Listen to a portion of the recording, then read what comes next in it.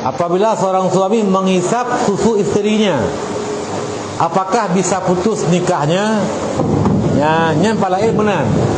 Dia kerana ridanya sehingga menyana ansah menikah, nikah kerana bisa rela. Ya, maka tuan jawab, menyeka lebih 2 tahun yang pihak susu, nyo hanjak kerana. Hanjak kerana.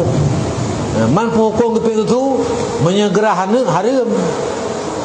Hantik susu kerana dengan lebih kurang raya, hantik susu kerana haram. Pertanyaan pertama, syarat saudara sesusu untuk jid ke saudara. Ya, baru jid ke saudara. Yang kedua, saudara sesusu punyanya mahram. Ya, maka mana mak? Syarat baru ganggap bersaudara dan urung bi susu je kana reda ada. Yang pi je ke yang pi susu je ke mak reda, yang bi susu ke ganyan. Lintu ganyan je ke ayah reda. Yang pertama, anak yang gebi susunya dalam truk umur 2 tahun. Dalam truk umur 2 tahun. Menye umur kan lebih 2 tahun. 20 tahun kau umur gebi susu. Ya, nyo hanjak ke anak reda.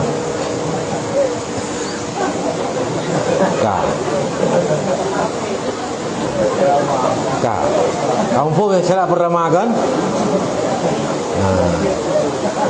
Nyen sang-sang kengkeralan tuan begah. Palail mono kedanya. Apabila seorang suami menghisap susu isterinya, apakah bisa putus nikahnya? Ya, nyen palail benar. Dia kerana ridanya sehingga menyana ansah menikah, nikah kerana bisa rela. Ya, maka tuan jawab, menyeka lebih 2 tahun yang pihak susu, nyo hanjak kerana. Hanjak kerana. Man hukum ke pihak susu, menyegerah haram. Hantik susu kerana dengan lebih kurang raya, hantik susu kerana haram. Syarat yang kedua, benar 5 gapinya. 5 kali reda, umur perida, umur yang yang pihak susu hanya 2 tahun, nyan syarat untuk jadi anak reda ada. Anak reda. Kemudian bak urinang anyen gebi susu ketibe. Juga si anyen gebi susu ketise. Si A hana tu umur 2 tahun, na 5 gapip. Si C hana tu umur 2 tahun dan na 5 gapip. Maka bandu wajib ke maknyo mak rida. Kelakau ganyan ayah rida. Jih dua A si B dengan si C saudara rida. Yang kedua pertanyaan, antara saudara rida apakah mahram? Maka jawabannya adalah mahram.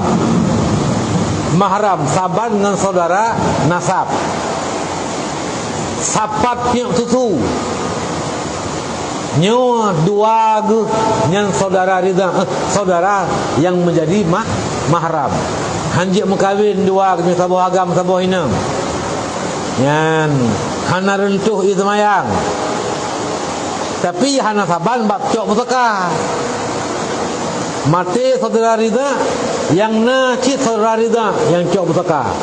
Lai hana sacok, dia cok pusaka, nyu hanjir. Saban lagi anak rida, hanjir cok pusaka, bak mak rida. Nyu lain saban, bak tung pusaka, nyu hana saban. Saban lagi mak tuan saban ke mak raw tu. Ra hana nentuh semayang. Ra payah tak berbuat baik, saban. Tapi ra tung pusaka, mati mak tuan hanjir cok pusaka le melinteh.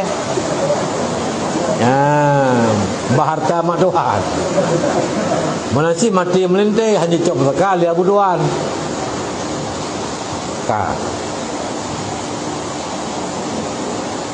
Jadi pertanyaan, punya saudara susunya mahram?